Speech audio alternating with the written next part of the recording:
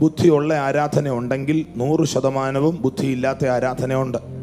ബുദ്ധിയുള്ള ആരാധനയുടെ പ്രത്യേകത എന്താണ്? നിങ്ങളുടെ ശരീരങ്ങളെ, മനസ്സിനെ എന്നല്ല, ആത്മാവിനെ എന്നല്ല, ശരീരത്തെ ദൈവസന്നിധിയിൽ സമർപ്പിക്കും. നമ്മൾ ആരാധിക്കുമ്പോൾ, സ്തുതിക്കുമ്പോൾ, സ്തോത്രം ചെയ്യുമ്പോൾ നമ്മളെ തന്നെ ഈൽഡ് ചെയ്യണം. പരിശുദ്ധാത്മാവിന് വിട്ടുകൊടുക്കണം, ഈൽഡ് ചെയ്യണം, സറണ്ടർ ചെയ്യണം. അതിനെയാ ബുദ്ധിയുള്ള ആരാധന എന്ന് വിളിക്കുന്നത്.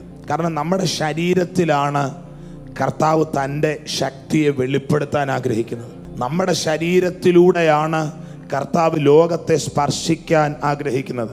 പൗലോസിൻ്റെ മേൽ ദൈവശക്തി അങ്ങ് നിറഞ്ഞിട്ട് പൗലോസ് ചെല്ലണ്ട, അസിസ്റ്റന്റ് പാസ്റ്ററും ചെല്ലണ്ട, ഭൂതശാന്തി ശുശ്രൂഷയ്ക്ക് പൗലോസിന്റെ തൂവാലയാ പോകുന്നത്.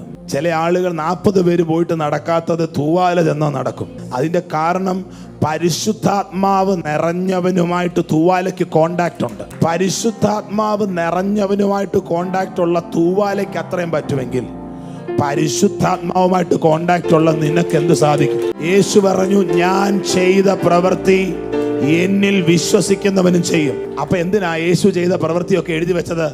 വിശ്വസിക്കുന്ന നിനക്ക് എന്തൊക്കെ പറ്റുമെന്നൊരു തിരിച്ചറിവുണ്ടാകാനാ. യേശുവിന് എന്തു പറ്റും എന്ന് കാണിക്കാനല്ല ഇത് രേഖപ്പെടുത്തിയത്. വിശ്വസിക്കുന്നവൻ എന്തു പറ്റുമെന്നൊരു ധാരണ ഉണ്ടാകാനാണ്. അതുകൊണ്ട് ശരീരത്തെ സമർപ്പിക്കണം.